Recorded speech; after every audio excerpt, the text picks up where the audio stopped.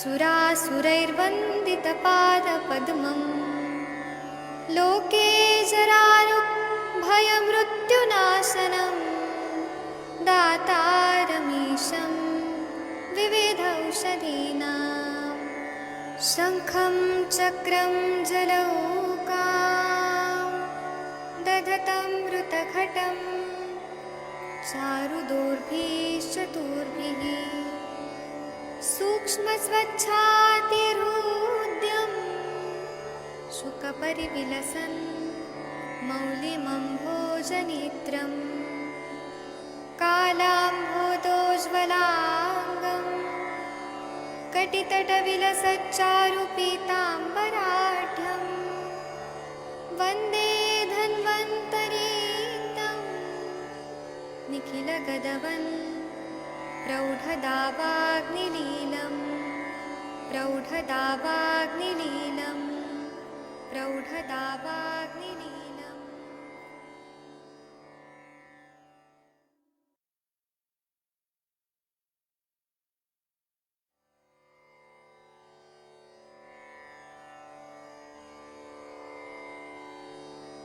ॐ नमामि धन्वन्तरिमादिदेवम् सुरासुरैर्वन्दितपादपद्मम् लोके जरारुभयमृत्युनाशनं दातारमीशं विविधौषधीनां शङ्खं चक्रं जलौकां दधतं मृतघटं चारुदोर्भिश्चतुर्भिः सूक्ष्मस्वच्छातिहृद्यं शुकपरिविलसन् मौलिमम्भोजनेत्रं कालाम्भोदोज्ज्वलाङ्गं कटितटविलसच्चारुपीताम्बराढ्यं वन्दे धन्वन्तरीतं निखिलगदवन् प्रौढदावाग्निलीलं प्रौढदावाग्निलीलं प्रौढदावाग्निलीलम्।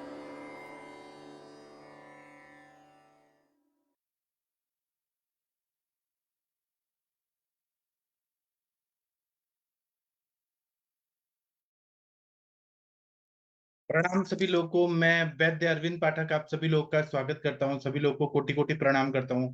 आइए आज हम लोग कुछ नया चीज पढ़ेंगे।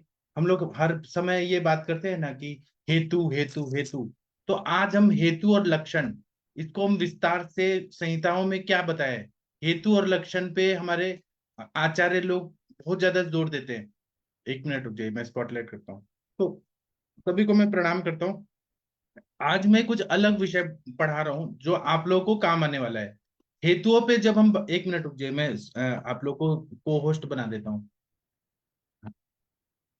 तो हम लोग ना जब भी केस टेकिंग करते हैं तो हम हेतु हेतु हेतु बात करते हैं, प्रधान हेतु, और फिर प्राइमरी हेतु क्या होता है, फिर कोई और उनका रिलेशन क्या होता है, उस पे हम लोग आज चर्चा करने वाले हैं। तो जैसे मैं एक बात बता रहा हूँ कि धातु क्षय ऐसे जब होता है तो धातु क्षय के अंडर में क्या क्या हेतु आते हैं वो हमें देखना चाहिए। धातुओं का क्षय हो रहा है, अनुलोम क्षय हो रहा है या प्रतिलोम क्षय हो रहा है। मैं कुछ आहार बताऊंगा, कुछ विहार बताऊंगा और उस पे हम लोग चर्चा करने वाले हैं।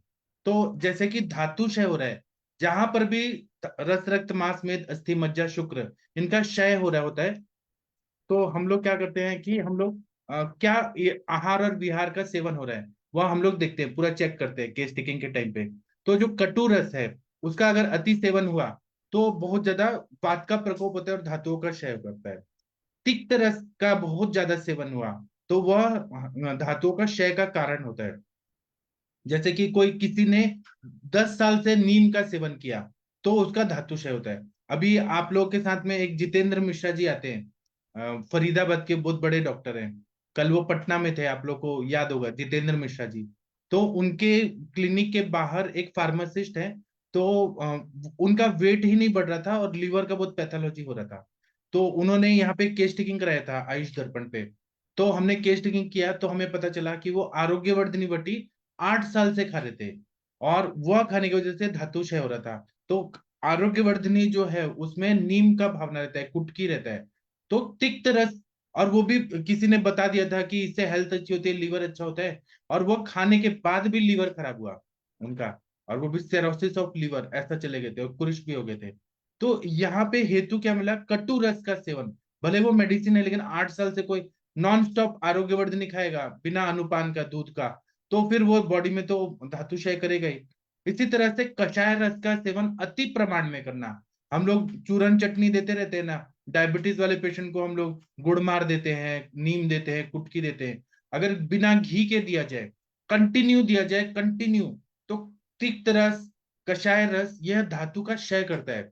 मधुमेह का, शुगर कम होगा, लेकिन धातु क्षय होगा तो कमजोरी आएगा, वीकनेस आएगा, वेट लॉस ज्यादा बढ़ जाएगा। तो हमें मेडिसिन भी देना है तो सेलेक्ट करके देना है कि कषाय रसात्मक चीजें नहीं देनी है, तिक्त रस नहीं देना है, कटु रस ज्यादा नहीं होना चाहिए कभी भी। इसी तरह से वात प्रकोप का और धातु क्षय का कारण होता है रुक्ष आहार।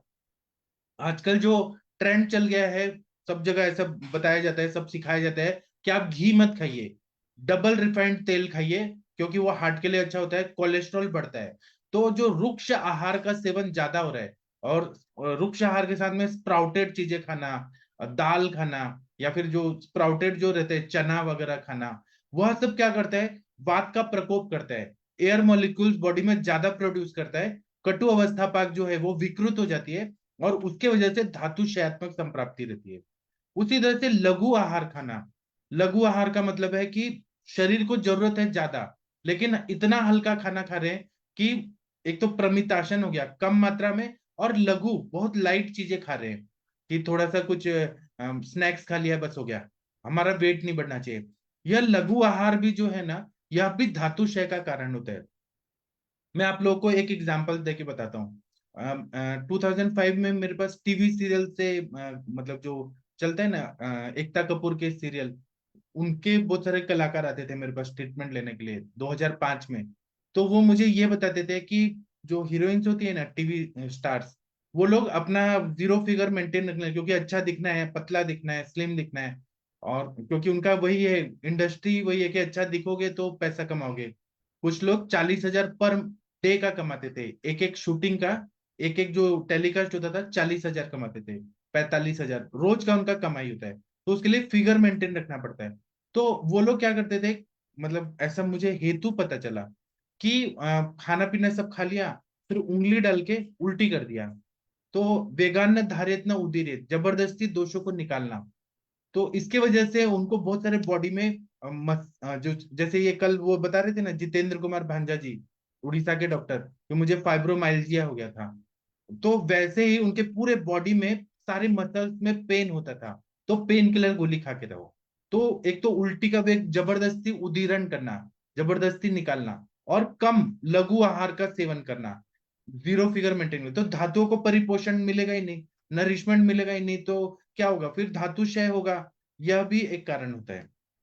इसी तरह से सर्दियों में लोग क्या करते हैं कि जो मतलब जो पहाड़ों पे रहते हैं वो लोग क्या करते हैं कि जो ग्रीन लीफी वेजिटेबल होते हैं ना, उसको बॉईल करके मसाले वसाला डाल के फिर उसको धूप में सुखा देते हैं, और गर्मियों के टाइम पे, और जब ठंडी आती है तो उस समय, या बारिश होता है तो उस समय बर्फ जम जाती है, तो वो लोग क्या करते हैं, साग को निकालते हैं, वही चीज को जो सुखाया हुआ वेजिटेबल है, और उस शुष्क शाक को बना के पानी में डाल के भून के फ्राई करके और वो खाते हैं।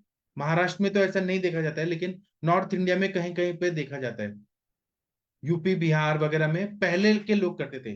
तो जो ड्राई वेजिटेबल खाना, या फिर बॉइल्ड खाना, लेकिन उसमें घी नहीं होना या तेल नहीं होना, वह भी चीजें जो है वो धातु क्षय का कारण होता है। अगर स्नेह जाएगा ही नहीं बॉडी में, तो जो नॉर्मल अच्छा वाला जो एचडीएल है वो मिलेगा ही नहीं, हाई डेंसिटी लिपिड्स जो है वो मिलेगा ही नहीं, और उसके वजह से फिर क्या होगा कि ज्वाइंट में पेन होने लगेगा, क्योंकि वंगन कम होगा, स्नेहन कम होगा, और उससे तकलीफ होगा, और धातु क्षय ज्यादा होगा।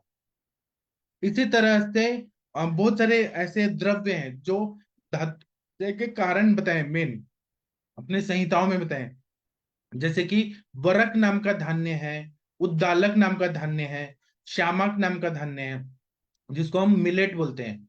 वह अगर ज्यादा खाया जाएगा खाने में, तो वह वात का प्रकोप करता है, धातु क्षय करता है। उसी तरह से अगर आढ़की नाम का जो है, आढ़की का सेवन ज्यादा किया जाए, शिम्बी धान्य में आता है। इसी तरह से निष्पाव नाम का है धान्य, वो ज्यादा खाया जाए। तो जामुन का सेवन ज्यादा किया जाए तो वात का प्रकोप करता है। जामुन गर्मियों के सीजन में आता है, तो जितना मात्रा में खाना है उतना ही खाना है, लेकिन ज्यादा अगर खाएंगे कषाय रसात्मक तो वह वात का प्रकोप करता है। इसी तरह से विषमाशन करना, जब वो भूख लगी है तब खाना ना खाना, और जब भूख का टाइम चला गया उस टाइम पे खाना खाना, यह होता है विषमाशन। और एक होता है अध्यशन, वो बीच बीच में कभी भी खाते रहना, पहले का खाना पचा नहीं है और कभी भी खाते रहना, दिन भर चबर चबर खाते रहना, यह भी वात का प्रकोप करता है और धातु का क्षय करता है। इसी तरह से विषमोपचार, मतलब इम्प्रॉपर एडमिनिस्ट्रेशन ऑफ फूड, खाना बनाते समय जो संस्कार बताए गए हैं पारंपरिक रीतियों से, कि चावल को कितना बॉईल करके खाना है, दही जमने के बाद ही खाना चाहिए। लोग मंदक दही खाते हैं, दही जमा नहीं है, आधा दूध है आधा दही है, वह अगर खाते हैं तो कुष्ठ व्याधि होती है और धातुओं का क्षय होता है। उसी तरह से चावल को भी पूरी तरह से पका के खाना चाहिए, सब्जी को भी पका के खाना चाहिए, अच्छे से पका हुआ होना चाहिए।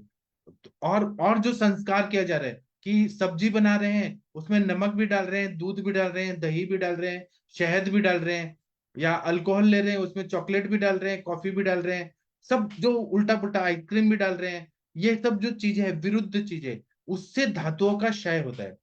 इसी श्रृंखला में आप लोग कुछ बताइए कि आप लोग को क्या हेतु मिलता है। डॉक्टर कंचन मैडम, आप कुछ बोलना चाहेंगी? आपको अपने प्रैक्टिस में क्या अनुभव मिला? जी सर, बिल्कुल ऐसे मिलता है।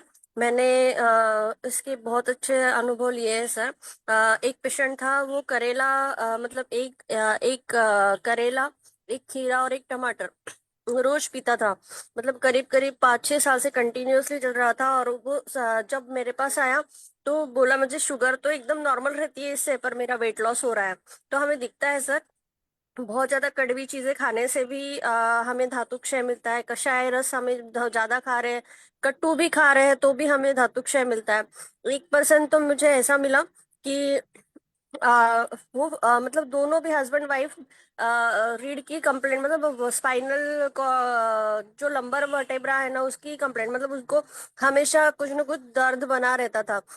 उनका एक्सरे किया दोनों का, तो इतना डिजेनरेटिव चेंजेस था कि मैं देख के हैरान रह गई। मैंने जैसे पूरा हिस्ट्री लिया उनका, तो ऐसे कुछ अलग कुछ नहीं मिला। पर जैसे 1-2 महीने का ट्रीटमेंट देने के बाद मुझे लगा कि उनको इतना अच्छा फायदा ही मैं क्यों नहीं दे पा रही, मुझे समझ में नहीं आ रहा था। तो फिर मैंने हर एक चीज को, मतलब हर हेतु को खोद के निकालने की कोशिश की। तो वहां पे मुझे ना ऑयल फ्री खाना खाना, तो मैंने पूछा ये कितने साल से कर रहे हो, तो वो 5 साल से। मतलब जो बड़े होते हैं ना, वो जो ऑयल में तला जाता है जैसे भजिया है, तो वो बिल्कुल बिना ऑयल के पका रहे। तो मुझे आश्चर्य लगा कि ये बनता भी कैसे होगा। तो मैंने रेसिपी भी पूछी थी उनको कि जैसे बोले पानी लेती हूँ बड़ा, अगर मूंग का बड़ा बना रही हूँ तो उसको बॉइल्ड वाटर में उसको बॉईल कर लिया, फिर उसको निकाल लिया, उस पे दही वगैरह डाल के चाट मसाला डाल के दही वड़ा हो जाता है बोले। मतलब ऐसे हर एक इसकी रेसिपी उसे पता थी ऑयल फ्री वाली। तो पहले सबसे पहले मैंने उनका वो चीज बंद कराया। मैंने बोला इसीलिए अस्थि क्षय दिख रहा है, वहां वहां पे आपका वायु प्रकोप हो रहा है वहां पे, तो आपको थोड़ा सा ऑयल खाना चाहिए और घी भी लेना चाहिए। तो उन्हें वो कसम नहीं बोले, डॉक्टर ने हमको बोला है कि घी और तेल, बिना तेल के भी खाया तो चलेगा। मैंने बोला ऐसे तो एकदम नहीं बोला होगा, कम खाओ ऐसे बोला होगा। फिर नहीं बोले ऑयल फ्री खा रहे हैं तो तुम्हारा हार्ट एकदम अच्छा रहेगा। फिर सर एक चीज को ठीक करने के लिए दूसरी चीज खराब हो रही हो उनको देख, मतलब वो समझ में नहीं पा रहे थे कि हम क्या कर रहे हैं हमारी बॉडी के साथ। जिस तरह से पेशेंट जरूर मिलते हैं सर। जी सर। जी। और महेंद्र सर, आप कुछ बोलना चाहेंगे अपने अनुभव से? इस टॉपिक पे आपका हम सुनना चाहते हैं सर, महेंद्र सर। पर ये तो अपने बहुत सारे पेशेंट विरुद्ध आहार की, जो अपन को सारी बीमारियां ही विरुद्ध आहार और अध्यसन और उसी के कारण मिलती हैं। अभी एक पेशेंट जो मैं अभी आपको बताया था उस समय, वो पेशेंट जिसकी उम्र करीबन 65-64 साल है, वो 5-6 साल थे। एक तो क्या नाम है, अलसी के बीज और ग्वारपाठा और गिलोय और 4-5 चीज कंटिन्यू खा रहा था, तो उसका, और मेथी, तो शुगर तो उसका मेंटेन था, लेकिन उसका बीपी लगातार हाई हो रहा था और वजन भी उसका कम हो रहा था। और तनाव में भी उस तरह रहता था, हाथ पैरों में भी थोड़े बहुत उसके चलने में दिक्कत होने लग गई। तो वो उस समय मैंने बंद कराया। तो इस तरह के पेशेंट मिलते ही हैं। और अपने को जो भी बीमारियां अपनी सारी उसी उसी कारण होती है, खाने पीने की, और ये दिक्कतें सारी होती हैं जो। अब जैसे वहाँ हरिहर साहब सर के पास है, वहाँ सारे वो दूध और रोटी खाते हैं। और अधिकांश से घरों में जैसे ये पकवान बनते हैं वो भी विरुद्ध आ रही है, क्योंकि उसमें खीर भी होती है, नमकीन भी होती है, मिठाई भी होती है, और चटपटा भी है, और सारी चीजें रायता वगैरह वो सब कुछ होता है, तो उसमें वो विरुद्ध आ रही है। तो अधिकांश रोगी सारे इसी कारण होते हैं सब। जी, मैं आपको ये बताना चाहता हूँ कि अभी जैसे वात का मैंने चर्चा किया, वैसे पित्त के भी हैं। अम्ल रस का ज्यादा सेवन करना, फिर अम्ल रस का सेवन ज्यादा करना, लवण का सेवन ज्यादा करना, और अम्ल लवण और कटु कटु रस का सेवन ज्यादा करना, यह पित्त का प्रकोप करता है इसका। अभी आप लोग को जो बताया ये प्राइमरी लेवल का है। अब मैं हायर लेवल का आप लोग को पढ़ाता हूँ, बताता हूँ। जो मैं बता रहा हूँ ना, ये एक थीसिस से मैं बता रहा हूँ। ये जो मेरी गाइड हैं, जिन्होंने मुझे एमडी और पीएचडी में गाइड किया, उनके थीसिस से मैं ये बता रहा हूँ। उन्होंने बहुत सूक्ष्म विचार करके हेतु और लक्षण इस पे एक थीसिस लिखा है। तो और वो भी पीएचडी का थीसिस है। तो कुछ कुछ ऑक्युपेशनल हेतु रहते हैं जिससे ख वैगुण्यता शरीर में निर्माण होती है, और वह डायरेक्ट हमारे ऑर्गन पे अफेक्ट करता है। ये इतना सूक्ष्म विचार जो है दूसरे कोई साइंस में, कोई पैथी में नहीं बताएंगे, जितना आयुर्वेद में इतना अभ्यास किया गया है। मैं आप लोगों को बताता हूँ, एक मिनट रुकिए यहाँ पे। हाँ, अब देखिए। अभी जैसे कोई फर्नेस जो है, बॉयलर है, जहां पे गर्म चीजें बॉईल की जा रही है, वहां पे अगर कोई काम कर रहा है, कोई कामगार है जहां पे गर्म हो रहा है, जैसे कि फॉर एग्जांपल ऐसे ही पैरेलल, पहले के यहाँ पे, मैं पुणे में रहता हूँ, तो पुणे में जो बसेस होती थी, तो बसेस के जो इंजन होते थे बड़े बड़े, उस जमाने के 90s के जो बसेस रहते थे, वो इंजन इतने गर्म हो जाते थे, और ड्राइवर वहां पे गाड़ी चला रहे 12-12 घंटा, लेके जा रहे, फिर छोड़ रहे, फिर ला रहे। बड़े बड़े जो पीएमटी के बसेस होते थे, पुणे म्युनिसिपल ट्रांसपोर्ट के बसेस, तो उनको ये सारी बीमारियां पाई गई कि अब वो आयुर्वेदिक चिकित्सक लोगों के पास, जैसे हमारे सर के पास आए, और या मेरे प्रैक्टिस में है, तो हमें पता चला। तो या फर्नेस के पास, बॉयलर के पास, भट्टी के पास काम कर रहे हैं। पहले के जमाने में जो इंजन होते थे, रेलवे इंजन, उसमें कोयले के इंजन होते थे, तो कंटिन्यू गर्मी लगती थी। या फिर मेरे पास एक आए थे, ये जो कल्याणी फोर्ज करके एक कंपनी है पुणे में, तो वो रेलवे का जो बड़ा बड़ा जो रेल बनता है ना, पटरी, रेल की पटरी वो बनाते थे, वो कंपनी बनाती है। तो वो क्या करते थे कि जैसे क्रेन होता है ना, जो बुलडोजर होता है, तो बुलडोजर की तरह उनका रहता था, और वो गरम गरम लोहे को पिघला के और फिर उससे निकाल के और दूसरे जगह डालते थे, सांचे में डालते थे कि रेल की पटरी बने। और उसमें जैसे कि लोहा डाल दिया, और मेटल डाले, कार्बन डाला कि वो मजबूत हो रेल की पटरी। तो उनका वही काम है। कल्याणी फोर्ज करके जो है, भारत फोर्ज और कल्याणी फोर्ज कंपनी। तो वो मेरे पास ट्रीटमेंट लेने आए कि पूरे बॉडी में उनको रैशेस हो रहे थे और अम्ल पित्त का तकलीफ हो रहा था। तो मैंने उनको वमन कराया, फिर विरेचन कराया। तो मैंने उनका केस टेकिंग किया, तो ऐसा पता चला कि उनका जो कांच का ऐसे रहता है, जैसे बुलडोजर रहता है वैसे कांच का वो रहता था, और उनको दूध पीने के लिए देते थे। एसी जैसा है वो, पूरा अंदर कांच जैसा है, तब भी पसीना आता था। तो हीट ना बढ़े इसलिए दिन में 3 लीटर कंपनी दूध पीने को देती थी, और कंटिन्यू पसीना आ रहा है, और वो वही काम कर रहे हैं। उन्होंने काम छोड़ने का कोशिश किया, फिर से उनको बार बार बुला दिया जाता था। एक और मेरे पास इंजीनियर आए थे जो जो मतलब ऐसे ही कुछ कुछ इंस्ट्रूमेंट बनाते थे बॉयलर के पास बैठ के। और जैसे सिलेंडर होता है, गैस का सिलेंडर डाल दिया, फिर और जो स्क्रैप आता है वो डाल दिया, उसको पिघला के, और फिर उससे कोई और चीजें बनाना, बड़े बड़े इंस्ट्रूमेंट के लिए लोहा पतरा ऐसे बनाना, ऐसे करते थे। तो जो गर्म हवा आना, ये गर्म हवा का कंटिन्यू जो रुक्ष तेज बढ़ना, यह ख वैगुण्य कारक हेतु रहता है। रुक्ष तेज, है ना। तो इससे डायरेक्ट क्या अफेक्ट होता है, कौन से ऑर्गन अफेक्ट होते हैं, तो हमारा त्वचा अफेक्ट होता है, हमारा मांस धातु अफेक्ट होता है, हमारा रक्त धातु अफेक्ट होता है। तो इसको हमें हेतु के हिसाब से डायग्नोसिस में देखना चाहिए जब भी हमारे पास पेशेंट है। या पहले के जमाने में माताएं बहनें चूल्हे पे खाना बनाती थी, या अभी भी गैस पे बनाती हैं। तो अगर ज्यादा संपर्क आएगा अग्नि का, तो उनको भी त्वचा या मेंसेस प्रॉब्लम रहता ही रहता था। जब चूल्हे पे जो खाना बनाते थे ना, अगर वो काम वगैरह ना करें या फिर ठंडा दूध या मट्ठा ये सब ना पिए, तो उनको मेंसेस रिलेटेड प्रॉब्लम, फिर रक्त मांस और त्वचा की बीमारियां ये बहुत ज्यादा होती थी। या फिर चूल्हे पे दिन भर काम बनाए, खाना बनाया, और पहले कैसे गोबर के उपले पे खाना बनता था पहले के जमाने में, और पूरा परिवार को खाना बनाना है अकेले, तो उतना अग्नि का संपर्क है, पसीना आ रहा है, और उसके बाद बाहर निकले, हवा में गए, और उसके बाद ठंडा पानी से नहा लिए, तो शीत पित्त जैसी बीमारियां होती थी। तो ये हेतु को हमें ध्यान में रखना है। इसी तरह से हमारे पास आसपास आप देखेंगे तो ट्रैफिक पुलिस वाले जो रहते हैं बहुत मेहनत करते हैं, उन जितना वो मेहनत करते हैं ना ट्रैफिक पुलिस वाले, उनको शत शत नमन है। उनको उतना चीज सैलरी नहीं मिलता है, लेकिन वो बहुत मेहनत करते हैं। तो वो लोग कंटिन्यू पॉल्यूटेड एयर में रहते हैं। यह एक ख वैगुण्यकर हेतु है। Polluted air, high pitch noise, हमेशा हॉर्न की आवाज, उसमें काम करना पड़ता है, और कंटिन्यू साउंड, जो कंटिन्यू शब्द उनको कान में जा रहे हैं, यह बात का प्रकोप करता है। इससे उनको क्या बीमारियां रहती है।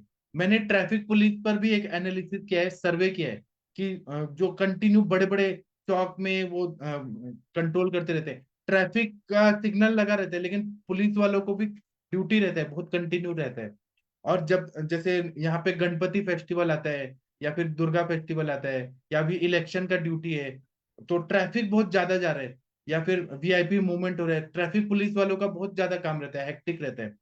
या फिर नेताओं की सभाएं हो रही हैं, बहुत काम रहता है।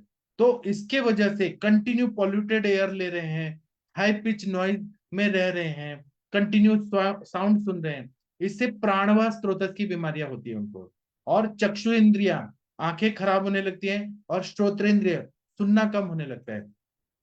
आप लोग को ये मालूम होगा कि एक इंडिया की बहुत बड़ी सिंगर है जिनका नाम है अलका याग्निक मैडम, बहुत अच्छे अच्छे गाने गाए हैं। तो कंटिन्यू हेडफोन लगाने की वजह से कंटिन्यू गाना सुन सुन के उनको सुनना ही बंद हो गया है, अवैगुण्यता बढ़ गया है। अभी आप लोगों में से कोई बड़े वैद्य हैं, अगर आप लोग के संपर्क में वो आए, तो आप उनको बोलिएगा कि कान में कर्ण पूरण करने से ये प्रॉब्लम ठीक हो जाएगा, क्योंकि अवैगुण्यता है, वायु का प्रकोप बहुत ज्यादा हो गया है, रुक्षता आ गई है। और स्नेहन अगर होगा, जैसे शीरबला तेल का, या श्री बिल्व तेल का, पंचेंद्र वर्धन तेल का, अणु तेल का, षडबिंदु तेल का, कोई, या वच्चा तेल, ज्योतिषमती तेल, ब्राह्मी तेल, कोई भी तेल का अगर स्नेहन होगा ना, तो वहां की जो ऑडिटरी नर्व है उसको स्नेहन मिलते ही पूरा जो श्रोत्रेंद्र है वो ठीक हो जाएगा।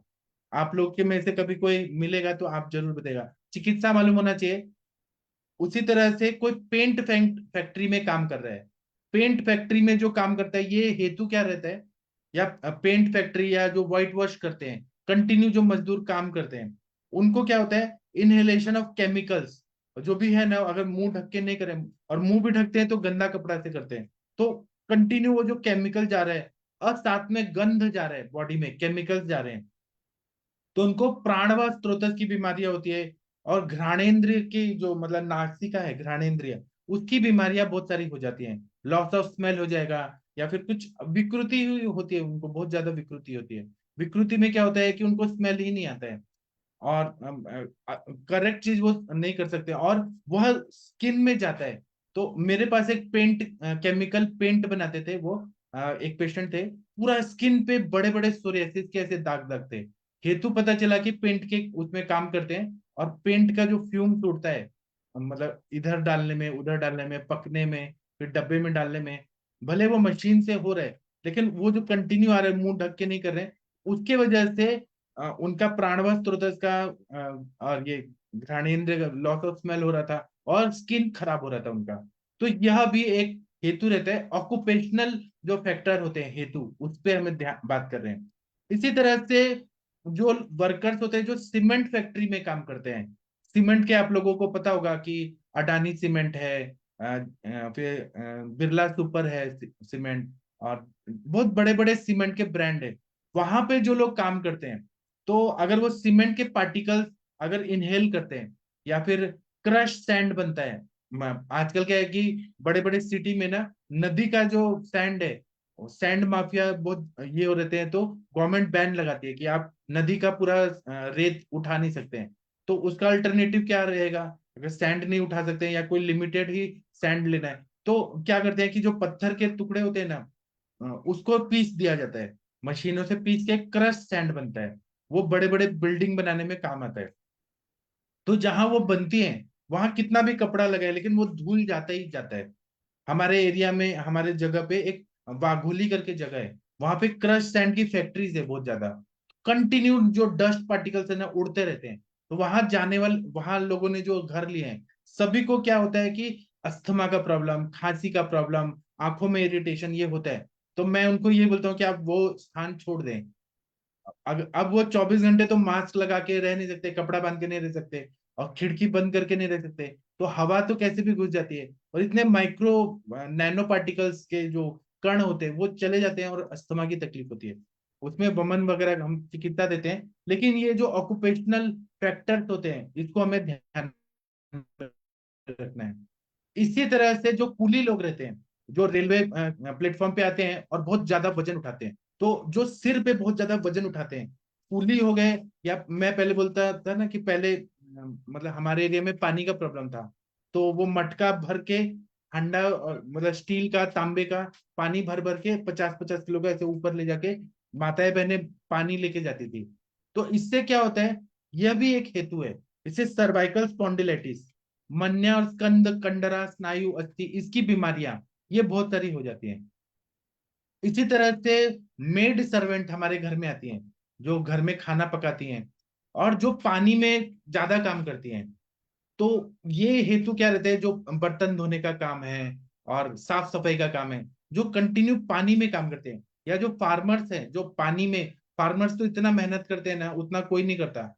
पूरे इंडिया में सबसे ज्यादा काम जो खेती करने वाले लोग होते हैं, उनको उतना मिलता भी नहीं है पैसा, बहुत मेहनत करते हैं। तो जो कंटिन्यू पानी में काम करते हैं, तो उनकी उंगलियां जो है ना वहां पे ऐसे ये हो जाता है, पाददारी जो बोलेंगे, अलसक नाम की व्याधि जो बोलते हैं, वो सड़ने लगती हैं जो कंटिन्यू पानी में रहते हैं। या जो लोग पानी में समाधि लेते हैं, कोई आंदोलन करते हैं, उनको भी ये प्रॉब्लम होने लगती है। इसी तरह से जो टाइपिस्ट लोग रहते हैं या कंप्यूटर पे काम करते हैं, कंटिन्यू उंगलियां चला रहे हैं, तो ज्यादा वो अगर ये करें मेटाकार्पल रिस्ट जॉइंट और ये जो है सारे जॉइंट्स का काम कर रहे हैं। रिस्ट जॉइंट तो ये मणिबंध हो गया, और ये जो मेटाकार्पल बोन का जो संधि है, उसका काम ज्यादा हो रहा है टाइपिंग करने का, और कंटिन्यू करें। टाइपिस्ट हो गए या कंप्यूटर पे काम करने वाले लोग हो गए, ज्यादा ओवर यूज होगा तो पर्व संधि, मणिबंध संधि में उनको पेन होने लगता है बहुत ज्यादा।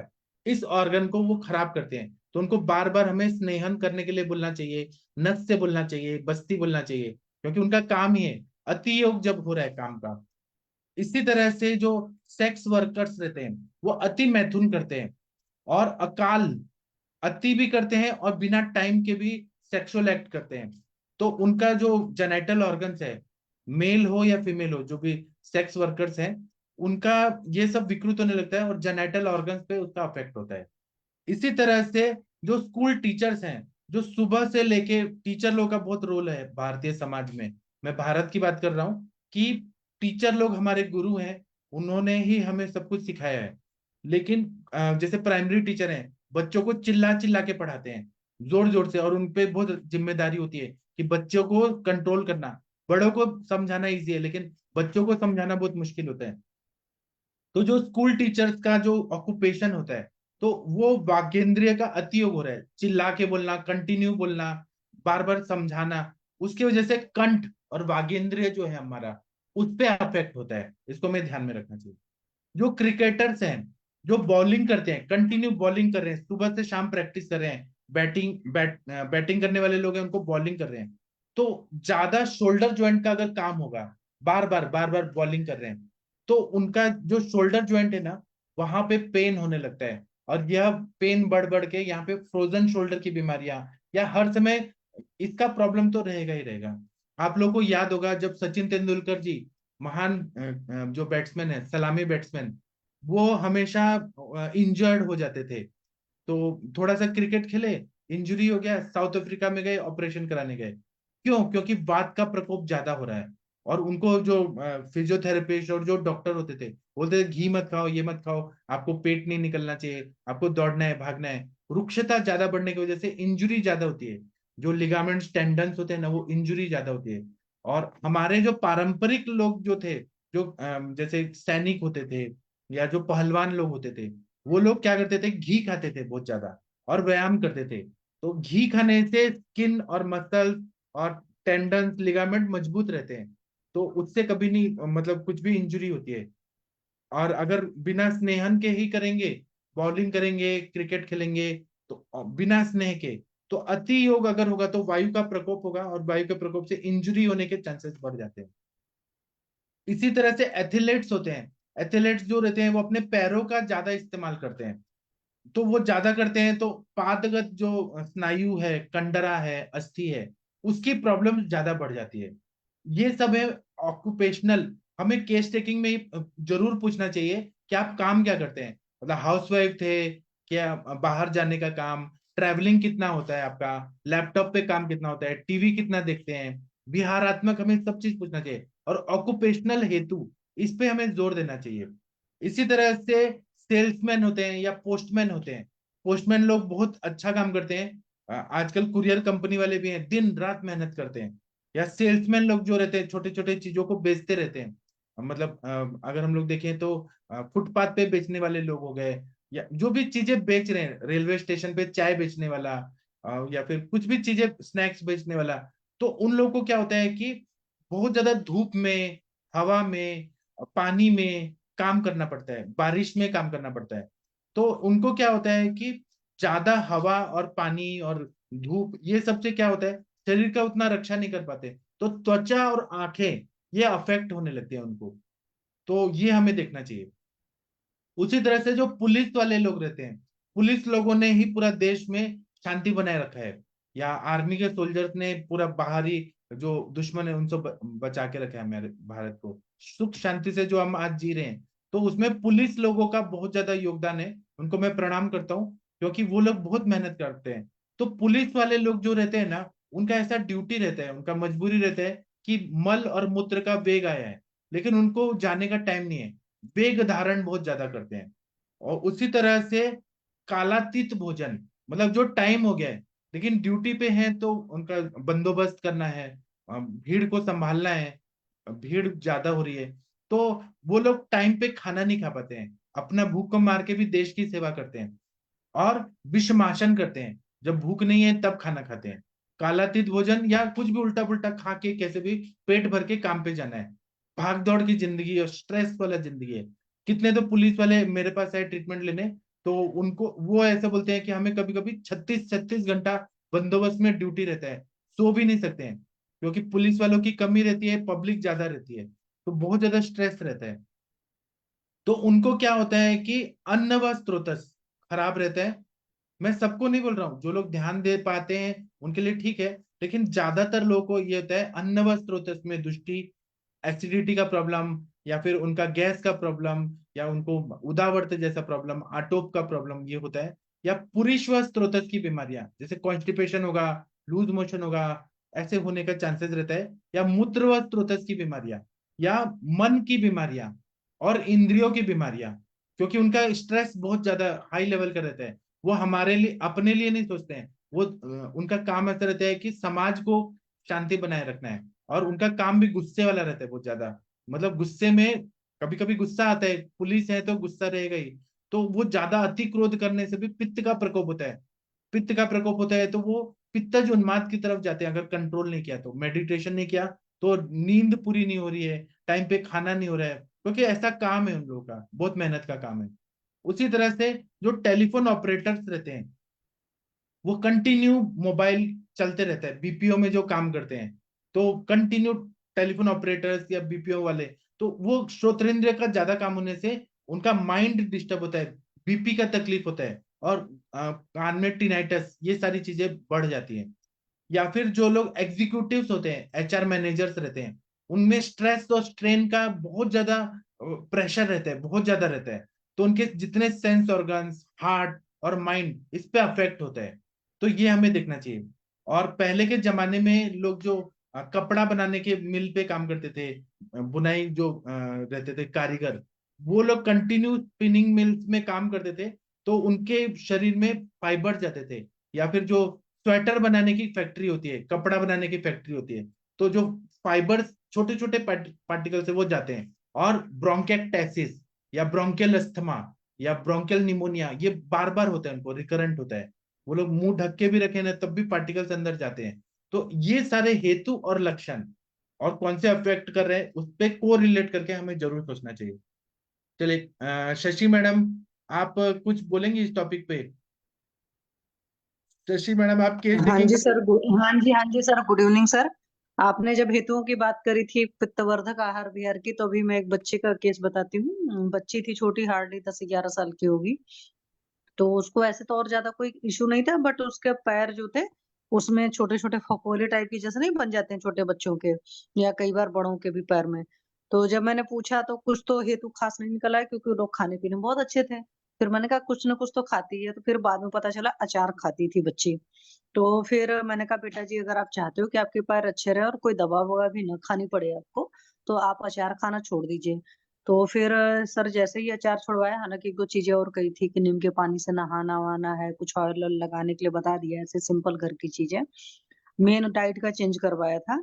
उसके बाद सर उसका 10-15 दिन के अंदर ठीक हो गया बिल्कुल, अब पैर बहुत अच्छे से। तो हेतुओं का तो बहुत ज्यादा फर्क पड़ता है। ऐसे बहुत सारे लोग होते हैं जिनको मिर्ची मसाला खाने का बहुत शौकीन होता है, मतलब उनका कोई और हेतु नहीं मिलेगा तो पता चला अचार खा रहे हैं या सॉसेज या चटनी बहुत ज्यादा खा रहे हैं। कुछ लोग का होता है कि वेट लॉस करना है या मुझे अपना शुगर लेवल मेंटेन करना है, तो उस चक्कर में उल्टा पुल्टा खाते हैं। और जैसे कंचन मैम ने बताया ना कि ऑयल फ्री खाने वाला, तो इंडिया में तो तब पर भी इसका कल्चर कम है। फॉरेन में अगर किसी को हार्ट इशू या कुछ भी है, तो वहां डॉक्टर बोल देते हैं कि बगैर तेल और घी का खाना खाना है। तो वो लोग वही वाला खाना खाते हैं, विदाउट ऑयल विदाउट घी। और उसके बाद और पंगे मतलब हो सकते हैं और हो भी जाते हैं। और उनका आप देखेंगे आम उम हर चीज का लेवल वही रहेगा, लेकिन वो उनका बेवकूफी वाला हिसाब किताब होता है कि बगैर तेल घी के खाना खाना है और हम स्वस्थ रहेंगे। और इंडिया में भी एक डॉक्टर साहब हैं, नाम मैं नहीं लूंगी, काफी बड़े हैं। उनकी वीडियो हम लोग पहले सुनते भी थे, बहुत पहले की बात है। तो वो भी खुद, उनकी तो पूरी बुकलेट ही है, रेसिपी बुकलेट है, गुजरात के ही मोस्ट वाली है, जो उन्होंने बुक ही निकाली। 400 या 500 रेसिपीज ऐसी हैं जिसमें तेल और घी का नामो निशान नहीं है, विदाउट तेल और घी के बनता है, और उस चीज को प्रमोट करते हैं। अब उन लोग को कौन समझाए कि भाई तेल और घी नहीं जाएगा तो वात प्रकोप तो अपने आप हो जाएगा, और वात प्रकोप होगा तो चाहे हार्ट की बीमारी है चाहे दुनिया भर की कोई बीमारी है, सब होने के चांसेस होते हैं। तो आहारज हेतु भी बहुत अच्छे से मिलते हैं। या जैसे मेरा एक पेशेंट था, एमआर था, मतलब मेरे पास आया, तो उसका भी मेन हेतु यही निकला था कि जितनी बार मैं चाय पीता हूँ उसके साथ एक पैकेट भुजिया वो खाता था। और सर उसका पूरा चेहरा, उसकी पूरी बॉडी देखकर लग रहा था कि वात रक्त था बहुत बढ़िया से, कुब रक्त पित्त वगैरह सब दुष्टि थी, बहुत अच्छे से नजर आ रही थी। और बहुत सारी जगह ट्रीटमेंट कराया था, आराम नहीं हुआ था। तो जब मेरे पास आया तो मैंने हेतु निकालने की आदत है, पूछने शुरू किया, तब पता चला जी मैं चाय के साथ ये लेता हूँ। तो ऐसे बहुत सारे पेशेंट्स होते हैं जिनका इस तरह का कुछ ना कुछ कचरा हेतु मिलता है। या कुछ लोग का रहता है अध्यसन वाला बहुत होता है, कि जैसे मेरी अभी एक थी मतलब नॉन में, उनका केस टेकिंग करना शुरू किया, तो उनको था कि वो ज्यादा खाते थे। जैसे कोई अपना मतलब बुक में है ना एकदम क्रिस्टल क्लियर है कि मात्रा से अधिक आहार जो होता है सर्वदोष प्रकोपक होता है। तो ऐसे बहुत सारे लोग मिल जाते हैं जो मात्रा से अधिक आहार खाते हैं। वो कहते हैं कि भूख उनको अच्छी लगती है, बट उनकी भूख नहीं होती है, उनका अध्यसन होता है। और फिर कई बार इसी में लाल मिर्ची का अचार खाना, जैसे मेरी एक और पेशेंट थी, उसके साथ था, वो लाल मिर्ची का अचार खाती थी और सब सारा खाना ठीक था। तो इस तरह के आहारज हेतु भी कई बार अच्छे मिलते हैं। कुछ लोग का बिहारज में, खास करके स्किन डिसीजेज में मैंने देखा है कि रात्रि जागरण के कई सारे हेतु मिलते हैं, और उल्टा पुल्टा जो खाने वाला हिसाब किताब है वो। या कई बार आजकल की जो कल्चर है उसमें जंक फूड बहुत मिलता है, तो जंक फूड और रात्रि जागरण बहुत बढ़िया से मिलता है। कुछ लोग का दिवासन का भी बहुत हेतु रहते हैं। तो सर हेतुओं की तो बड़ी लंबी लिस्ट है। ये जैसे पीरियड प्रॉब्लम में मेन वही है कि यूरिन के बेग को धारण करना, बहुत सारा मिल जाता है कि किसी न किसी वजह से रहती है। और इसीलिए पांच भौतिक में वो लोग स्वदंष्टादि गुल्लू या चंद्र प्रभावटी देते ही देते हैं फीमेल पेशेंट को, ये मानकर चलते हैं कि उसके अंदर होगा ही ये प्रॉब्लम। जी सर, थैंक यू सर। इस टॉपिक पे कोई कुछ बोलना चाहता है क्या? मैं बहुत बोलिए। डीप में और जाना चाहता हूँ। आप लोग आज कुछ का बोलना चाहते हैं, आप बोलिए please. Bina yes madam, sir. आप कुछ बोलना आज चाहेंगी? हाँ जी, बोलिए मैम। आज का विषय आपने बहुत अच्छा लिया, हमारे व्यवसाय और हमारी नौकरी का अम, जो नौकरी है या व्यवसाय है, उससे अनेक प्रकार के हेतु आज डेवलप हो रहे हैं, नया समाज बदल रहा है, तो हमारे हेतु भी अनेक अनेकों प्रकार के मिल रहे हैं। मैं एक केस के बारे में बता रही हूँ सर। एक 55 एज था, अभी दिवाली में ही आई थी। वो आचारी है, वो स्वयंपाक करती है शादी का और अन्य अलग अलग कार्यक्रम खाना का। बनाने का मतलब तो खाना हाँ, बनाने का। खाना खाना। बनाने का काम करती है। तो उसको 3 साल से खांसी थी, तो हमारे पास नहीं आई। मुझे वो पहचानती है अच्छी तरह से, हमारे घर में भी काम के लिए आई थी, मगर 3 साल वो घूमती रही, एलोपैथी का पूरा मेडिसिन खाती रही। और एक दिन उसके बच्चे ने मेरे पास लेके आया, अभी दिवाली में ही ये गोष्ट है। तो उसको इतनी खांसी थी, और 1 लीटर की बाटली, पानी की बोतल वो साथ में लेके घूमती थी, क्योंकि एक शब्द बोल दिया तो उसको खांसी आती थी, वो पानी पीती थी। यही चल रहा था, आधा घंटा मेरे क्लिनिक में थी और यही चल रहा था। उसको अच्छा बोलना भी नहीं सलग आ रहा था। तो मैंने वो वातज कास ऐसा उसका निदान किया। कितने उन्होंने एंटीबायोटिक खाए, घूम घूम कर सारा पैसा खत्म करके हमारे पास आते हैं पेशेंट। बहुत खेदजनक बात है ये, मगर मैंने 5 दिन की दवा दी। मैंने तिल तेल उसको पीने को दिया, बूंद बूंद गर्म पानी के साथ। और स्नेहन के लिए और ताली सादी यष्टि मधु, इतनी छोटी छोटी मुहुर्मुहु खाने के लिए इतनी छोटी छोटी दवाई दे दी। और सर 5 दिन के बाद उसकी खांसी पूरी कम हो गई। और उसके बाद मैंने उसको मात्रा बस्ती देना शुरू किया। सद्य विरेचन दिया उसको एरंड स्नेहा का, और उसकी खांसी टोटली बंद है। और पानी पीना भी उसने अभी कम कर दिया है। हमारे व्यवसाय से अनेक प्रकार के हेतु आते हैं। वो तेल का, घी का जो बू उसको आती थी, गंध आती थी, उससे उसको खांसी हो गई।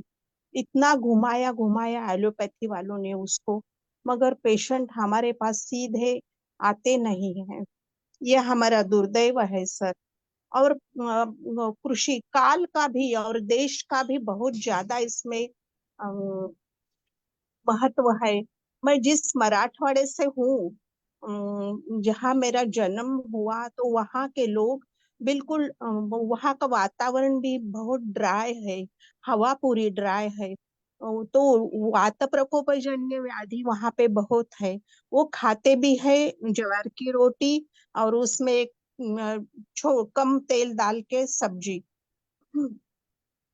तो उनको वात प्रकोप जन्य बार्शी, स्पेसिफिक मैं बोलती हूँ, आपको मालूम है बार्शी, जहाँ पे संजय दत्त नर्सिंग, हाँ अ, जी जी। हाँ, Nargis um, Dutt cancer Nargis memorial Dutt, hospital. हाँ हाँ, नरगिस दत्त कैंसर हॉस्पिटल है। वही पूरा एरिया इतना ड्राई है। तो वहां पे वात प्रधान जन्य व्याधि बहुत है। और मैं कोकण में आई तो यहाँ ना बहुत बारिश होती है। हाँ, यहाँ के जो शेतकरी है, तो क्या बोलते, कृषिवल है, तो हाँ वो भात जब लगाते हैं तो 8 8 10 10 दिन कमर तक उनके पानी रहता है वो खेती में, और उसमें उनको वो भात लगाना पड़ता है। तो यही भी पानी जाता, शुष्क एरिया नहीं है, कफजन्य ये हमारा वातावरण है, मगर उनको भी वात की बीमारियां होती है। हमारे मराठवाड़े में हमारे बैल या गाय, इनको भी वात प्रधान जन्य बीमारियां होती है। और कोकण में के क्या बोलते हैं उनको, जानवर है।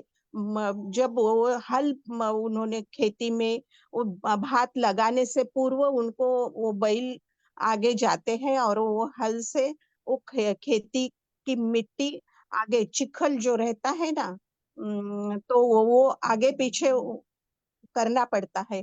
तो वो बैल भी अकड़ जाते हैं बारिश से और वो पानी से। तो उनको गर्म पानी यहाँ के लोग डालते हैं उनके अंग पर। और उनको नहलाते हैं। ऐसा काल का भी और देश का भी बहुत हेतु मिलते हैं सर। और जी हमारी लड़कियां या हमारे नए जो आईटी में काम करते हैं, तो वो कुछ तो भी ट्रांसलेशन का काम अलग देश से करते हैं। उनका ट्रांसलेशन उनके वो जो देश है उनके काल के हिसाब से होता है। या हमारी ये बोलना है मुझे कि हमारी नाइट रहती है, तो रात भर जाग के वो अपना व्यवसाय या अपनी नौकरी करते हैं। तो उससे भी अनेक प्रकार के हेतु वात जो ज्यादा मिलते हैं उसमें भी। हाँ सर, बस इतना ही कहना मतलब ये था। ऑक्यूपेशनल जो हेतु है, हम क्या हाँ काम करते हैं, ऑक्यूपेशन, हाँ, उसका इफेक्ट बॉडी पे पड़ता है। वो हमें नक्की केस टेकिंग में हमें देखना चाहिए। ठीक है। मैं एक और हेतु बताता हूँ जो कुछ अलग तरह का हेतु है, जो आजकल बहुत कॉमन है, लेकिन आप लोग को उस पे एनालिसिस करना ही करना है, 100% करना है, जो हमारे ग्रंथों में नहीं लिखा है, लेकिन एलोपैथी के जो ड्रग टुडे किताब है उसमें ये चीजें लिखी हैं कि क्या इफेक्ट होता है। तो मैं उस पे थोड़ा सा आप लोगों को बताऊंगा। अभी 1 मिनट रुक जाइए, यहाँ कुछ नेटवर्क का प्रॉब्लम हो रहा है। 1 मिनट रुक जाइए, थोड़ा सा नेटवर्क का प्रॉब्लम हो रहा है। हाँ, चलिए। अभी क्या होता है ना कि एलोपैथी की जो भी मेडिसिन होती है उनका ना हमारे बॉडी पे इफेक्ट होता है। जैसे कि एंटी डायबिटिक एजेंट्स जितनी भी दवाइयां हैं उनका बॉडी पे बहुत इफेक्ट होता है। और उसमें लिखा होता है, आप ड्रग टुडे देखेंगे, सिम्स देखेंगे, आप कंचन मैडम से पूछिए, फार्मेकोलॉजी जब पढ़ाया जाता है तो बताया जाता है कि मेडिसिन का साइड इफेक्ट होगा। तो जैसे कि एंटी डायबिटिक मेटफॉर्मिन है, ग्लिमिप्राइड है, इस ग्रुप के जो मेडिसिन है वो बॉडी में जब जाते हैं तो नौशिया, वॉमिटिंग, फिर नौशिया मतलब हुरलास होना, उल्टी जैसा सिम्टम आना, एनोरेक्सिया, ये सब क्या है, हेतु तो वही है ना, मेडिसिन खा रहे हैं इसलिए होता है। अरुचि होना, डायरिया होना, सबको होगा ऐसा नहीं है, लेकिन कहीं ना कहीं ये भी हेतु है। स्टमक पेन होना, हेडेक होना, चिल्स होना, कोल्ड स्वेट्स आना, dizziness, breathlessness, weakness, anxiety, confusion, फिर डिलीरियम, ये सब हो रहा है। ये क्या है, वो मेडिसिन का साइड इफेक्ट हो रहा है। उसी तरह से एंटाहिस्टामिनिक जो मेडिसिन खाया जाता है, जैसे खुजली आ रही है बहुत ज्यादा, तो सेट्रिजिन दिया जाता है, एबिल दिया जाता है, उसके साइड इफेक्ट बहुत सारे बॉडी में होते हैं। अगर लॉन्ग टर्म में यूज किया जाए तो अपसेट स्टमक हो गया, ड्राई माउथ हो गया, यूरिन रिटेंशन हो गया, यूरिन जल्दी से नहीं हो रहा है, स्किन रैशेस हो रहे हैं, ब्रीदिंग लेने में डिफिकल्टी हो रही है, कंफ्यूजन हो रहा है, ब्लड विजन हो रहा है। और ये हर एलोपैथी डॉक्टर को मालूम होता है कि एंटाहिस्टामिनिक ड्रग का ओवरडोज हो गया या लॉन्ग यूज हो गया तो ये साइड इफेक्ट होता है, हर डॉक्टर को पता है। उसी तरह इसीलिए डॉक्टर के पास उनके गाइडेंस में, सुपरविजन में ही ट्रीटमेंट लेना चाहिए, अपने मन से कुछ भी दवाई नहीं लेना चाहिए, क्योंकि वो दवाइयों का बहुत ज्यादा साइड इफेक्ट होता है। और ये हेतु मिल रहा है। इसी तरह से एंटी कोआगुलेंट्स अगर ज्यादा लॉन्ग टर्म के लिए यूज किया जा रहा है तो सीएनएस डिप्रेशन, यह एक सिम्टम दिखाई देता है। अगर एंटीबायोटिक्स का बहुत ज्यादा कंटिन्यू यूज किया जा रहा है और हैवी डोज में किया जा रहा है, अगर आप देखेंगे ना तो एंटीबायोटिक जो है, पहले पेनिसिलिन ग्रुप के एंटीबायोटिक का डिस्कवरी इन्वेंशन हुआ था, उसके बाद में ग्रुप सेकंड का हुआ था, फिर थर्ड, फोर्थ, उसके बाद है ही नहीं मेडिसिन।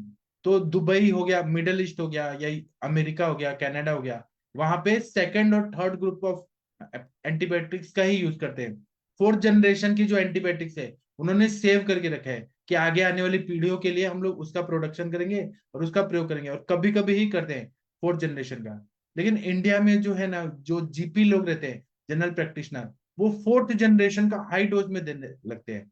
तो उसका फोर्थ जनरेशन क्या है, तो वो ज्यादा सोफिस्टिकेटेड ड्रग्स हैं, उनका बॉडी पे साइड इफेक्ट होता है। और अगर बैक्टीरिया, वायरस, सुपर बग बन गए तो वो एंटीबायोटिक्स भी काम नहीं करती है। आप लोगों ने देखा होगा कभी कभी ऐसी कंडीशन आती है, डॉक्टर्स भी बोलते हैं कि हम ये एंटीबायोटिक ज्यादा नहीं दे सकते हैं, नहीं तो फिर बार बार इन्फेक्शन होगा, तो आपकी बॉडी में कोई एंटीबायोटिक काम ही नहीं करेगा। या फिर आप लोगों ने देखा होगा कि जब कोई जैसे गैंग्रीन हो गया या बहुत ज्यादा वुंड हो गया है, तो वो लोग जांच कराते हैं, ब्लड लेते हैं, कौन कौन सी एंटीबायोटिक काम कर रही है, उसका एक लिस्ट देते हैं वो, तब फिर मेडिकेशन शुरू होता है। ये बात आप लोगों को मालूम है, एक प्रोटोकॉल होता है। अगर सारी एंटीबायोटिक खिला दिया तो बॉडी इतना रेजिस्टेंट हो जाता है, और जो बैक्टीरिया वायरस है वो इतने रेजिस्टेंट होते हैं कि वो फिर से इन्फेक्शन करेंगे, कोई एंटीबायोटिक काम नहीं करेगा और डेथ हो जाएगी। तो एंटीबायोटिक्स अगर ज्यादा दे दिया जाए तो इंटेस्टिनल फ्लोरा जो है हमारा, ग्रहणी कला, वो डिस्टर्ब रहता है, लूज मोशन होते हैं, burning in the eyes, heart burn होता है, यूरिनेशन होता है। आप लोग को याद होगा नवीन सर जब एडमिट थे, सर का एक्सीडेंट हो गया था, तो सर 3-4 महीना एंटीबायोटिक का कोर्स किए थे, आप लोग को याद होगा। तो सर बोलते थे कि मुझे भूख ही नहीं लगती है, खाना खाने की इच्छा ही नहीं होती है, खाना देख के भी अनन्नाभिलाषा होती है। तो फिर मैंने आम पाचक वटी भेजा था सर को, आप लोग को याद होगा। फिर सर का अग्नि इतना प्रदीप्त हो गया, फिर सर ने, मैंने तेल वगैरह भेजा था, तो बस्ती लिए, नस से लिए, और सर अभी ठीक हो गए। तो एंटीबायोटिक्स का साइड इफेक्ट बहुत ज्यादा होता है, वो पित्त भी बढ़ाता है, अम्ल पित्त भी ये भी हेतु है। तो हमारे पास जब भी पेशेंट आते हैं ना, तो हमें ये पूछना चाहिए कि आप कौन से मेडिसिन का सेवन कर रहे हैं, एलोपैथिक है। और अगर आपको ब्रांड नेम याद नहीं, समझ नहीं आ रहा है, तो ब्रांड नेम को आप इस पे डालिए, गूगल पे डालिए, ब्रांड नेम के हिसाब से जेनेरिक नेम पता चलेगा, और उसके फंक्शन पता चलेंगे, और साइड इफेक्ट पता चलेंगे। तो ये सिंपल बना दिया है गूगल ने। तो आपको हेतु एलोपैथी मेडिसिन के रूप में हेतु वो भी मिलेंगे। इसी तरह से कोई पैरासिटामोल बहुत ज्यादा खा रहा है, बुखार की दवाई, या आइसोआइनाइज खा रहा है, बहुत ज्यादा खा रहा है, तो इसका इफेक्ट क्या होता है, हेपेटोटॉक्सिक इफेक्ट होता है, जो कंटिन्यू सर दर्द के लिए, ज्वाइंट पेन के लिए, मेंसेस में पेन ना होने के लिए कंटिन्यू पैरासिटामोल या ब्रूफेन, कॉम्बिफ्लेम, ये वोवेरॉन, इसकी गोलियां कंटिन्यू खा रहे हैं, तो उसका लीवर जरूर खराब होगा। और एलोपैथी के हर डॉक्टर को ये पता होता है कि हम लॉन्ग टर्म में non steroidal anti inflammatory drugs नहीं दे सकते हैं। लेकिन किडनी फेलियर के जितने पेशेंट आते हैं, उनका हिस्ट्री में मिलता है कि 2-2 साल तक उन्होंने पेन किलर दवाइयां खाई हैं, ज्वाइंट पेन के लिए कंटिन्यू खिलाया है डॉक्टर लोगों ने। उसी तरह से एस्पिरिन अगर बहुत ज्यादा कंटिन्यू खाया जाए तो हिमरेज होने के चांसेस ज्यादा बढ़ते हैं, कहीं भी रक्त वाहिनी फट जाती है, क्योंकि वो खराब हो जाती है, फ्रेजाइल हो जाती है। तो ये हेतु पे भी हमें देखना चाहिए। अभी आप लोग कुछ बोलना चाहेंगे इस टॉपिक पे? कंचन मैडम, आप बोलना चाहेंगी जो मैंने अभी टॉपिक बोला उस पे? जी सर। कंचन। मैंने ऐसे भी हाँ, आपने जो मेडिसिन का बताया वो बिल्कुल मिलता है सर। एस्पिरिन का भी देखा है मैंने। और जो बाकी ऑक्यूपेशनल हेतु थे चालू थे ना, तो उसमें भी मैंने बहुत सारे पेशेंट देखे हैं ऐसे। एक पेशेंट जैसे कि होटल में काम करता था, और वो कुकिंग स्टाफ में था, तो बहुत मतलब जो बड़े बड़े होटल्स होते हैं वहाँ पे उनको 12-12 घंटे की ड्यूटी रहती है, तो वो कंटिन्यू वहाँ पे काम कर रहा था। तो उसे ना सर शीत पित्त स्टार्ट हो गया था, और बहुत सारा मेडिसिन उसने 3-4 साल से वो खा रहा था एलोपैथी का, पर उसको फायदा ही नहीं हो रहा था। तो ये हेतु निकाला, और उसको फिर थोड़ा सा मेडिसिन देने के बाद पहले तो बोला कि जब तक आप थोड़ा सा रेस्ट नहीं लेते हो, मतलब कि आप गैस के पास खड़े रह रहे हो बहुत टाइम टाइम से, तो इसकी वजह से ही आपके बॉडी में ये सब चेंजेस हो रहे हैं। पर वो काम था, तो वो काम शायद बंद नहीं कर पाया, तो उसकी वजह से उसने 1 महीना दवाई ली, फिर बाद में उसका क्या हुआ मुझे पता नहीं। पर एक और भी पेशेंट याद आ रहा है, जो कि आयन मतलब जो धोबी होते हैं ना, तो वो कपड़े इस्त्री करते हैं, तो वो एक पेशेंट था। तो उसके इसमें वो मतलब बचपन से ही उसके घर का खानदानी व्यवसाय था वो। तो बचपन से ही वो, जैसे कि उसके हाथ में वो इस्त्री पकड़ने लायक हो गया, तब से ही वो काम कर रहा था। उसकी फिर शादी होने के बाद देखा गया कि 6-7 साल से बच्चा नहीं हो रहा है, तो वो पूरे टेस्ट वगैरह करा के मेरे पास आया था। तो मैंने जब हेतु निकाले तब मुझे पता चला कि ये इस्त्री कर रहा है रोज। तो वहां पे शुक्रक्षय मिला, मतलब वहां पे स्पर्म जो था बहुत ही कम आ रहा था, मतलब 5 मिलियन 10 मिलियन समथिंग ऐसे ही आ रहा था। तो वहां पे भी मतलब ये व्यवसाय जन्य ही हेतु मुझे मिला। ऐसे कई पेशेंट देखे, ऐसे जैसे एक अगरबत्ती के फैक्ट्री में काम कर रही थी फीमेल, तो उसको भी वो स्मेल की वजह से अस्थमा स्टार्ट हो गया था। एक कॉटन के फैक्ट्री में काम करने वाला आदमी भी मैंने देखा है। कपास मतलब इतनी छोटी छोटी पार्टिकल्स रहते हैं ना उसके, कि वो सांस में जाने की वजह से बहुत सारा उनको, मतलब शुरू शुरू में तो वो एलर्जिक साइनस लेके आते हैं, साइनोसाइटिस करके, फिर कुछ दिनों के बाद वो अस्थमा में कन्वर्ट हो जाता है। बहुत सारे पेशेंट देखे हैं सर। जी सर। हाँ, मैं आप लोग को एक और चीज बताना चाहता हूँ कि आयुर्वेद का भी ऐसा नहीं बोलना चाहिए, कभी ना सोचना चाहिए कि आयुर्वेद की दवाइयों का साइड इफेक्ट नहीं होता है। हाँ होता है, लेकिन कम होता है। लेकिन अगर ज्यादा डोज में कोई दवाइयां दिया जाए या लॉन्ग टर्म में दवाई दिया जाए तो होता है। इसको मैं आप लोगों को बताता हूँ, 1 मिनट रुकिए। आयुर्वेदिक दवाइयों के बारे में हम चर्चा करेंगे। एक हमारे साथ में एक शिव हरे सर थे, आदित्य शिव हरे सर, आप लोग को मालूम होगा, एमबीबीएस डॉक्टर, एमडी डॉक्टर। वो हमारा लेक्चर सुन के और बहुत सारे लोग को भल्लातक का सेवन कराते थे, या फिर बहुत सारे भस्मों का प्रयोग, सिंदूर कल्पों का प्रयोग कराते थे। कितने पेशेंट लोग में कितना साइड इफेक्ट हुआ, और उन्होंने खुद भी खाया तो उनके बॉडी में कितना साइड इफेक्ट हुआ था। वीना मैम आपको शायद याद होगा, पूरा शरीर सूजा हुआ था। वो एक्सपेरिमेंट करते हैं ना। तो आयुर्वेदिक दवाइयों का आपको याद है वीना मैम? हाँ एक हाँ, याद है। पूरा शरीर सूजा हुआ था, उन्होंने पारा का सेवन किया था, कुछ रसकल्पों का, हैवी डोज में। तो आयुर्वेदिक दवाइयों का भी आचार्य चरक जी ने बोला है कि भल्लातक रसायन जो है वह हमें ज्यादा नहीं देना चाहिए, कंटिन्यू नहीं देना चाहिए। और पिपली, क्षार और लवण का सेवन तो नहीं करना चाहिए कंटिन्यू। विमान स्थान पहला अध्याय में बोला है, चरकाचार्य जी ने बोला है कि पिपली का सेवन ज्यादा नहीं, अगर आप पिपली रसायन कंटिन्यू दे रहे हैं 2-3 साल तो साइड इफेक्ट होगा। क्षार का सेवन ज्यादा करा रहे हैं तो साइड इफेक्ट होगा, आहार के रूप में या औषधि के रूप में। या लवण का सेवन, लवण भास्कर चूर्ण, अजमुदादि चूर्ण, जो लवण कल्प है उनका ज्यादा सेवन कर रहा है या खाने में नमक हो रहा है, वो साइड इफेक्ट करता है। तो जो रोग की और प्रकृति, पेशेंट की प्रकृति है उसके असाथ में अगर कोई भी चीजें होगी, जैसे भल्लाता का पित्त प्रकृति वाले को कंटिन्यू देंगे तो उसको बहुत सारे पित्त के बीमारी और स्किन के प्रॉब्लम होंगे। इसी तरह से एक गुणेश शास्त्री जी का एक किताब है, हम लोग पढ़ते हैं, महाराष्ट्र में पढ़ते हैं, जिसमें सारे कल्प बताए। तो उसमें कुमारी आसव के बारे में बताया है कि कुमारी आसव जो है वो 3 महीने से अगर कंटिन्यू अब ज्यादा देंगे तो किडनी फेल होता है। आप लोग को शायद मालूम नहीं होगा कि बाबा रामदेव जी का भी जो एलोवेरा और कुमारी का जो जूस पीते थे लोग, उनको किडनी का प्रॉब्लम ज्यादा बढ़ गया, और ये यकृत का बीमारी भी ज्यादा बढ़ गया। किडनी और यकृत का, जो कंटिन्यू सालों साल पी रहे हैं बाबा रामदेव पे अंधविश्वास करके, कुमारी स्वरस और क्या क्या वो बनाते हैं ना, ये भी नुकसान देता है। ये मेडिसिन ऐसा नहीं है कि आप जूस के रूप में सालों साल पी रहे हैं। इसी तरह से पंचकर्मा अगर हम कर रहे हैं और गलत तरीके से पंचकर्म कर रहे हैं तो गुल्म होता है, शोफ होता है।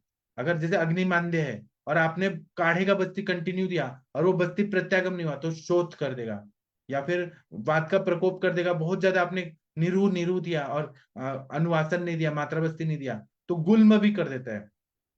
इसी तरह से व्यापत और धातुशय भी कर देता है अगर गलत तरीके से कोई चिकित्सा दी गई तो। अभी आप लोग कुछ बोलना चाहते हैं तो बोलिए प्लीज, वीना मैंने मैम। कल परसों ही आपको बोल दिया कि मैंने 1.5 साल एक पेशेंट को, हेमिप्लेजिया का ही पेशेंट था सर, तो उसको विरेचन भी देती थी। और वो कभी कभी पेशेंट आते हैं मेरे पास, उनकी वाइफ आके दवा लेके जाती है। मगर क्या हुआ कि मात्रा बस्ती बंद करके हमने उनको तिक्त क्षीर बस्ती शुरू किया और महातिक्त घृत उनको बस्ती में डालने के दे दिया। तो हाँ, उन्होंने बोल दिया कि बहुत वेट कम हो गया है। जी और ये तो मैं तो मेरी गलती समझ गई है। मगर इससे भी धातु क्षय होता है। ज्यादा दिन मात्रा बस्ती नहीं, मात्रा बस्ती नहीं, तिक्त क्षीर बस्ती में घृत मिलाने से सर, महातिक्त घृत ज्यादा महातिक्त दिन यूज घृत ना, करने से। नॉर्मल हाँ नहीं तो हमें घृत चेंज करना चाहिए बीच बीच में, हाँ, शतावरी मगर दे दे। मैं वो भूल गई कि मैं इससे वात प्रकोप होगा और हाँ मासिक क्षय होगा, बस क्या धातु क्षय होगा, ये मैं भूल गई सर। हाँ और एक मैंने तरह से। अभी दुरुस्त की वो मेरी जो गलती हाँ हुई थी वो। हाँ सही बताया। आप लोग ऐसे टॉपिक पे और चर्चा चाहते हैं, कुछ अलग अलग टॉपिक पे? शशि मैडम आप चाहती हैं क्या? अभी तो मैंने आप लोग को हेतु थोड़ा ही बताया, अभी ये हेतु का सेवन कर रहे हैं, इसका इफेक्ट धातुओं पे किस तरह से पड़ता है, मतलब धातु प्रसरा अवस्था में जाते हैं तो किस तरह से विकृति करते हैं, इस पर मैं एक लेक्चर लूंगा। हाँ बोलिए शशि मैडम, जी बोलिए। हाँ जी सर, लीजिए, अच्छी चीज है क्योंकि और कंसेप्ट क्लियर हो जाएंगे ना फिर। हाँ जितना ये दिमाग पे जाएगा ना, जब पेशेंट आते हैं तो फिर हमको ऐसे समझ आता है कि ये हमारे ग्रंथों में बोला है, बार बार ये चर्चा होनी चाहिए। ठीक है। सर जी मैं सर, थैंक आपको एक रिक्वेस्ट करूं? हाँ जरूर। अब आप कल जो विषय पढ़ाने वाले हो तो हाँ वो आज या आज नहीं तो कल सुबह वगैरह कुछ पहले जैसे विषय डालते थे ना कि 7 बजे ये विषय लेंगे, हाँ तो ठीक है, वैसा करेंगे तो थोड़ा हम भी अभ्यास करके आएंगे ना। चलेगा। ओके, थैंक यू सर सुनने के लिए। ठीक है, थैंक यू। तो अभी हम ऐसे ही करेंगे, जो भी टॉपिक पे चर्चा होने वाली है उस पे मैं सुबह बता दूंगा। आप लोग पढ़ के सोच के ग्रंथों का अभ्यास करके आइए, और उस पे आप लोग शाम को बोलिए। ठीक है, थैंक यू। तो अभी मैं सेशन बंद करता हूँ। अब हम 9 बजे केस टेकिंग के सेशन में मिलेंगे, क्लिनिकल संभाषण में। थैंक यू, प्रणाम सभी लोग को।